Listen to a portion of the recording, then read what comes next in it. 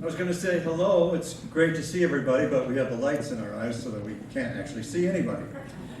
You know, I was actively involved in local issues as a leader of residents, sports, and clean air groups for 10 years before being elected as mayor of Oakville. I knew how it all works. Together, we've had many successes. We created natural heritage systems, local green belts, for Oakville and for Halton. Literally half of Halton is protected. We saved Oakville from amalgamation. We protected the Glen Abbey Golf Course. We stopped a power plant. We doubled our recreational facilities, and we improved our roads. We strengthened our finances. Tax increases in this term of council have been half of inflation. None of our neighbors comes close to us on our record of taxes. Thanks to rising dividend income from town energy service enterprises that I initiated, we can now afford the new performing arts center we need, the new main library we need, publicly accessible waterside pubs in our harbors, new parking for our 3 traditional Main Street areas, yes, here in Bronte, and a 2,000-acre eco park. I will keep making Oakville more livable by protecting green space, directing growth away from our established neighborhood streets, creating and maintaining parks and recreational centers, and electrifying our transit fleet. I'll grow the strength of our finances by growing investment income faster than taxes. I'm a leader with a record of getting what I promised done. Respectfully, I ask for your support and your vote to return me to office as the mayor of Oakville. Thank you.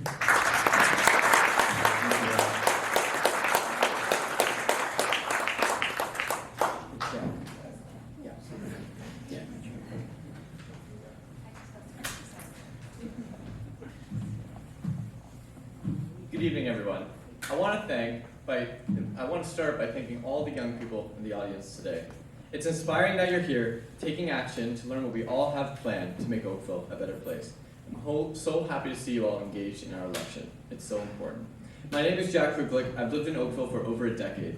I grew up here. I attended St. Thomas Aquinas just down the street. I started my business here, and now I attend Sheridan in their Bachelor of Film and TV program. It's a beautiful town, and I love living here. It's an amazing place where you can grow and learn. I began my political journey when I was just 11 years old. I wrote a letter to the editor of the Mississauga News about lowering the voting age to 16. I was then brought on News Talk 1010 to discuss it. That was the start of a lifelong love for civics. In high school, I represented my school in the community and at the board level. I've worked as an election official at the provincial and federal levels, as well as canvassing for other candidates in previous municipal elections. Now let's be honest, I'm young. Your initial reaction when you first heard about me might have been, whoa. On the first day of classes this year, one of my professors asked me if I was running as a protest or a joke. And the answer is no. I'm here today to bring youthful energy to Oakville and make it ready for the future. Work smarter, more sustainable, and support inclusivity. But how do you know I'm not a reckless young man? You wouldn't be the first to ask. I started my photography business when I was just 14, and sometimes people are doubtful of having a 16-year-old shoot their wedding. But I performed, I got clients, and I gave them the results they could count on. And I plan to do the same with our town. I want to bring fresh ideas and a new commitment. I'm used to leadership, I'm used to dealing with people of all ages, and I'm used to providing a creative outlook on projects which our town needs. I understand new technology in today's rapidly changing world to keep Oakville ahead. With all due respect to my esteemed opponents, the future is here now, and young people are ready to go with it. Thank you.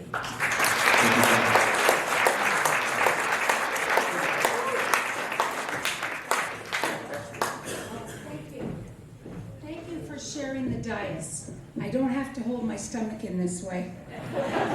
So, good evening, everyone. I am honored to be here tonight. We share one common goal, and that is our love for Oakville. My name is Julia Hanna.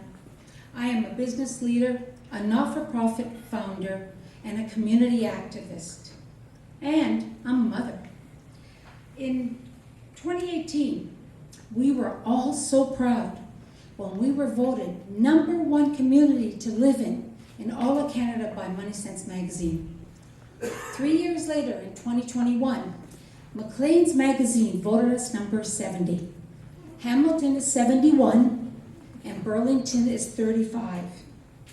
How did it come to this? I believe we are running on tired leadership and missed opportunities. The town is proposing 59-story towers in our midtown core. Please don't let anyone tell you this is the province's fault. The town had a plan for mid-density. In 2008, that opportunity was missed. Despite everything we have heard, Glen Abbey has not been saved. It has been paused. But we did spend $11.4 million of your tax money defending Glen Abbey. Bronte residents are dealing with predatory parking. As your mayor, I'm committing to you that I will say no to 59-story skyscrapers, yes to building communities once for all. I will be collaborative and inclusive. I will follow through on promises. We need a mayor with passion. We need a mayor for change, a mayor for all. I'm Julia Hanna, and I'm humbly asking you for that privilege.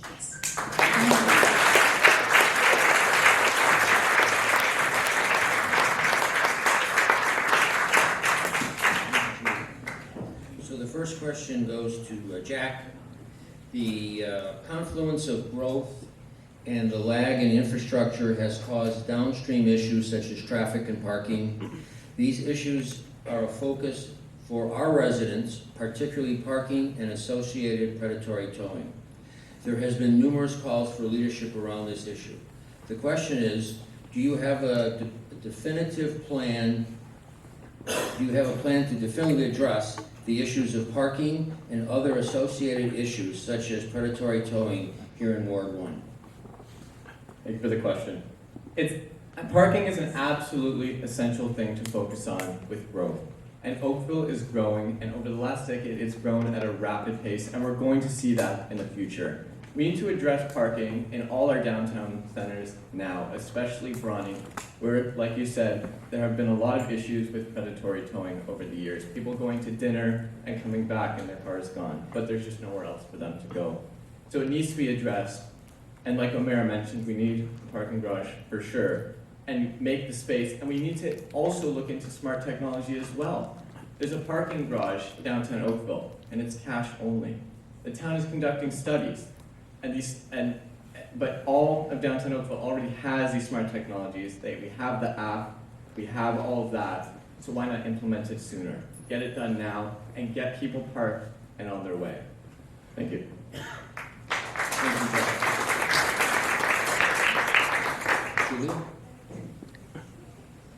Well, as a business owner in downtown Oakville for 35 years, I know a little bit about a parking challenge. In 2011, we did purchase the post office with the intention of relieving our parking problems. We are still waiting in downtown Oakville for 2 to 3 years for our parking pass for our employees. We are struggling enough to hold on to good employees, and we are just making it harder. It's just taking too long. We do not need to wait until we become a news cycle when our predatory towing in Bronte is known throughout the whole GTA. So much to be proud of. That's not one thing to be proud of. I know we have a legion. I know we have a strong legion right in our neighborhood with a lot of space. I have a feeling that if we approached them and spoke to them, that we could collaboratively work together to resolve an existing problem that can benefit them and also benefit us. But predatory towing is never the answer. Collaboration always is. Thank you. Thank you.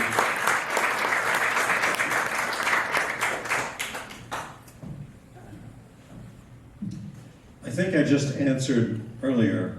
The solution is to build parking, and I've committed to do it. I'd like to talk, therefore, about the other part of the question, which is the predatory towing. There is a thing in Canada called private property.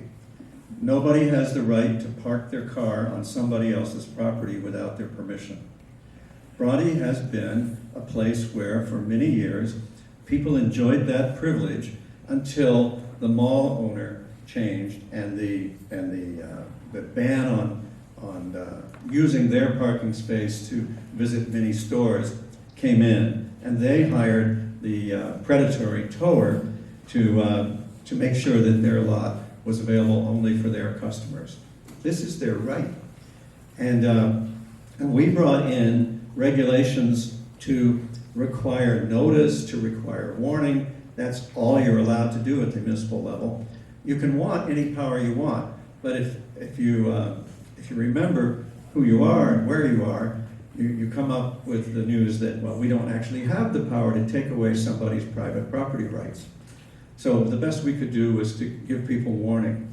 I know people who have driven into town, been told not to park there by the restaurateur because they'll get towed, laughed it off, went into dinner, came out and found out they'd been towed. It's hard to help those people. Thank you.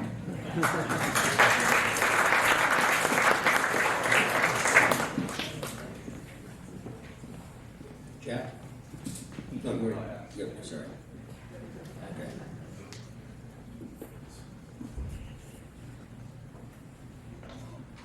So, Julia, Oakville's community energy strategy is a shared vision for Oakville's businesses, citizens, and municipal government to collectively achieve specific, measurable energy efficiency and greenhouse gas emission reduction targets by 2041. So the question has two parts. What is your position regarding the community energy strategy's analysis and recommendations? And what would you do to begin implementing this 20-year plan if elected? Well, first of all, the biggest concern that we all have in our minds, any of us who have children, who have grandchildren, is their future. And our climate crisis, what we are seeing all over the world, we can't be naive enough to believe that it's not coming in our own backyard. And we are already dealing with flooding issues and concerns in our community. But what we have to do is help businesses be able to meet the target emission goals. Because we have just come out of COVID. It has been a very difficult struggle. 60% of small businesses are still at risk of closing. So what we need to do is to help them implement programs through the town, working with the province, working with the federal government, to be able to give them the tools and the support to be able to be environmentally sustainable and not put an additional stressor and pressure on them when they're struggling to meet payroll. Thank you.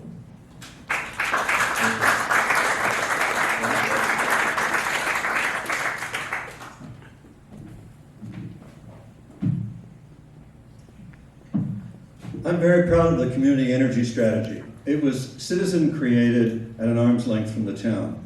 It's a wonderful document, and it did a really good job of measuring and reporting the problem. In Oakville, 30% of the greenhouse gases emitted in our town come from our cars. 30% come from our homes. The rest come from businesses and other activities that the town has literally no say on. They're basically the problem of the feds and the province. But 60% of the problem is within our control as residents. Now, industry has decided that we're going to have all electric cars in the next few years. Thanks to my leadership of the Auto Mayors of Ontario, which I created, we have saved the auto industry in Canada 3 times now, and the last time transformed them into a world center for electric vehicle manufacturing. Over time, over those 20 years, there's going to be a lot more electric cars. We're going to see progress on the 30% from our cars. That leaves the homes. If elected, I'm going to introduce an incentive program for homeowners to retrofit their homes so that you fix your leaky doors and windows, you maximize your insulation, and you replace your inefficient furnace with a heat pump. And those ways will then make progress on that side. Thank you. Jack? First of all, it's fantastic that the town of Oakville has a plan in place for us to ensure that people like me are around and have an amazing place to live and an amazing environment to thrive in the future. We have to ensure that we're giving businesses and homeowners every resource they can implement it and to get their home or business working towards a better environment for us. One of the ways we can also do this is, look, when people are building their homes, I just had a resident talk to me today actually about their experience building their home. It took them 6 months, half a year before they were able to break ground after they had drawn up the plan. So if we can expedite that process and get people moving on their homes, that's another way we can work towards getting the plan implemented and getting our environment in a more green state. Thank you. Thank you, Jack. So for the third question, this goes to Rob. First, cultural space and community centers, such as the one we're in, were created as part of our commitment to a livable Oakville. Artists are now required to pay the town to display their art or play their music, whereas other municipalities pay their musicians and offer no-fee spaces to display their art. So the question is, if elected, what would you do to better support the arts in Bronte and Oakville?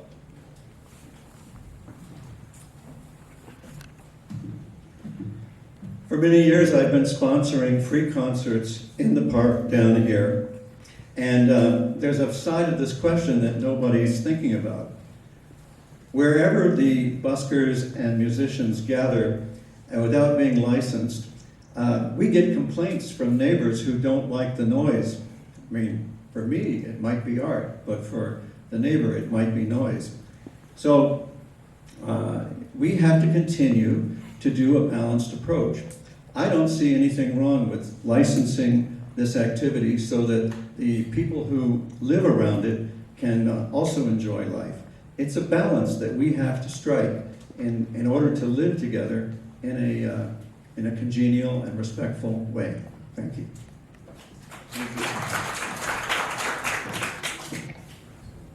Well, I come from a background of culinary arts, so I will say the measure of any society and our quality of life is how we treat our arts community and how vibrant our arts community is. Think of anywhere in the world right now where they're struggling.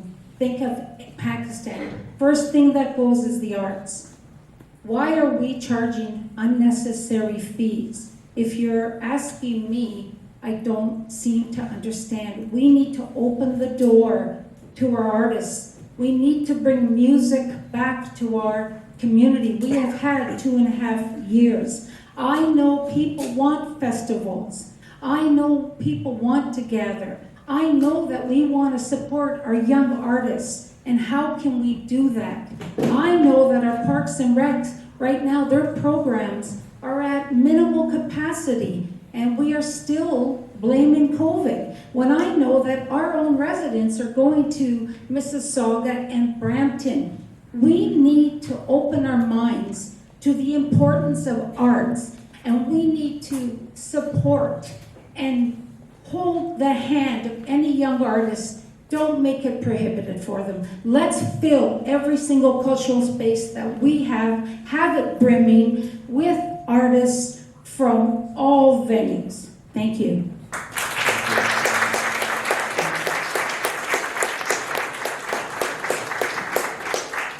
Thank you for the question, and it's definitely one that hits home for me since I'm a young artist, and I have the privilege of having some of my photos in this community center displayed from the Capture Oakville Photography Contest, which is an annual competition run by the Oakville Camera Club.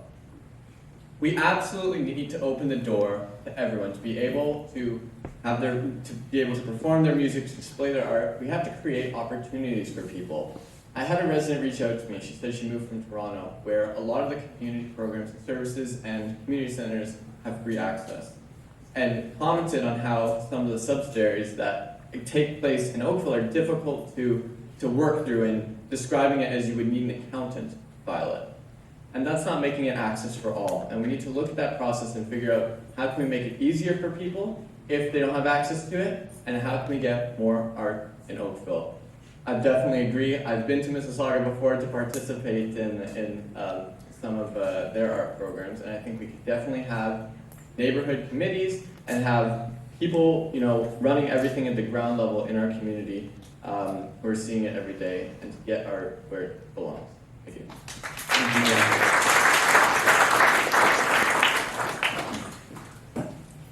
So for the closing statements, Julie goes first.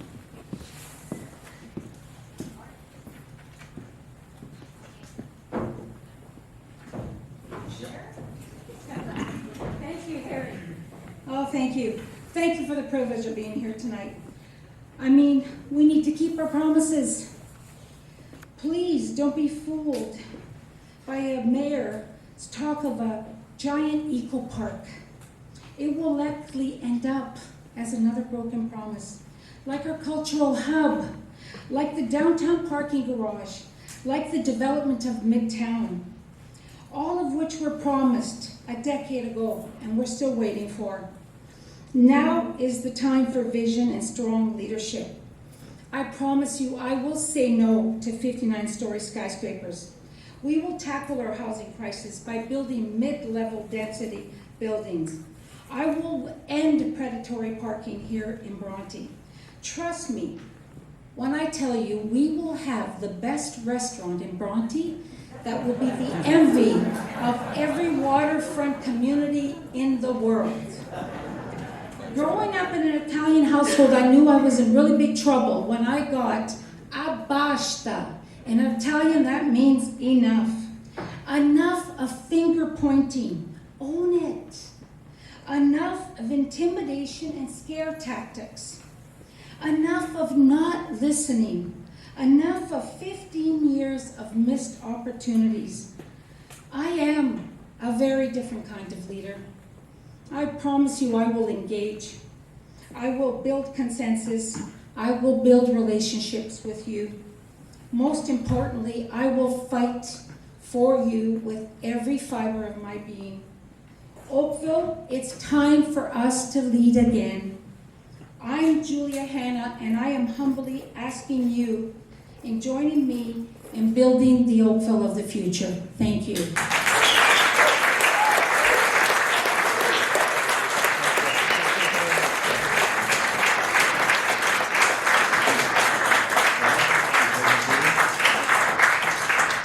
Jack?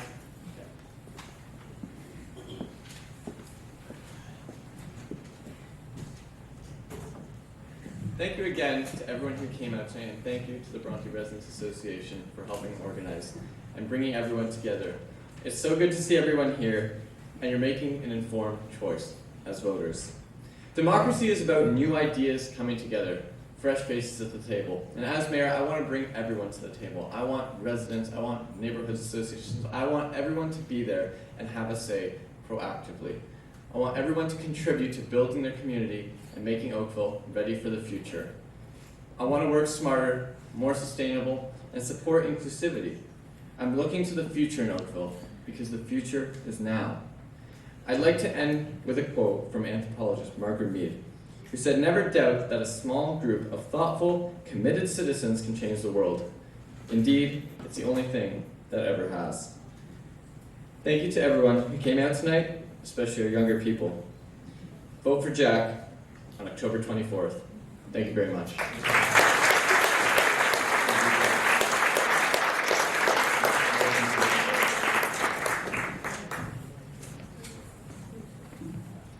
Thank you, everybody, for your interest in our process. I have to say it's a little rich to be accused of breaking a promise to deliver a downtown cultural hub when everybody in town knows that what happened was we were asked by the hospital to give them the money we had for that so that we could have the brand new state-of-the-art hospital that saw us so safely through the COVID pandemic. You got to make choices in life. The good news is we now have the money again to begin the downtown cultural hub, and council has activated it, and it's going forward. We're stronger and more livable than ever coming out of the pandemic because we kept moving forward. We added new parks, a recreation center, and a wider Trafalgar Road. We began replacing our transit fleet with electric buses. We created a revitalized downtown that everybody's proud of. We kept adding new private sector jobs, and you can count on me to keep protecting our green space and our farmland and to meet or beat our climate change goals. We'll keep upgrading our streets, our 2 other main streets, our facilities, our parks and public spaces, and attracting well-paying jobs and businesses. You can count on me to win when our community is attacked because of my track record of victories, saving the Glen Abbey Golf Course, saving our green spaces, preventing municipal amalgamation, and stopping a power plant. Only I and your existing council can be trusted to keep Glen Abbey safe. The only way we can lose Glen Abbey is if Club Link gets a new mayor and councilors who will repeal our bylaws and approve a Club Link application. We have achieved so much together, and the best is yet to come. If there's a storm coming, I hope you want the mayor who steered us safely through our past storms. It's up to you. This election is about moving forward, confident in ourselves and our future together as a caring, diversity-embracing community. Let's create our future together. Please vote Rob Burton for mayor.